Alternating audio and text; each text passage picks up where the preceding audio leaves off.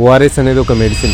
దీన్ని తప్పుగా అస్సలు యూజ్ చేయకూడదు. ఓఆర్ఎస్ గురించి కామన్ గా జరిగే మిస్టేక్స్ ఏంటో ఈరోజు తెలుసుకుందాం. వీడియో ఎండ్ వరకు చూడండి. Hi, this is doctor Ganesh, paediatrician from Sriraksha hospital, Hanamkonda. Readymade ORS అనేది నాట్ ద యాక్చువల్ ఓఆర్ఎస్. ఇది ఓన్లీ షుగర్ డ్రింక్ మాత్రమే. దాన్ని అస్సలు యూజ్ చేయకూడదు. Second thing, mixing.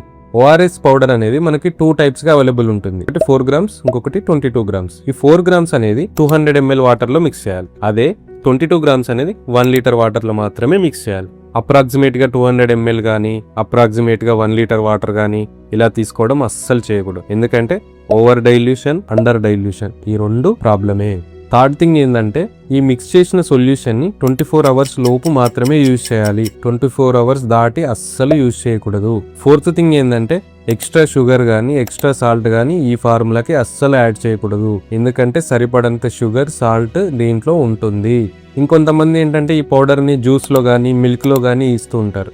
అస్సలు ఇవ్వకూడదు. ఓఆర్ఎస్ అని కామెంట్ చేయండి. ఓఆర్ఎస్ గురించి కంప్లీట్ ఇన్ఫర్మేషన్ మీకు డిఎం చేస్తాను. ఈ వీడియో కనుక మీకు యూస్ఫుల్ అనిపిస్తే అదర్ పేరెంట్స్ కి కూడా షేర్ చేయండి.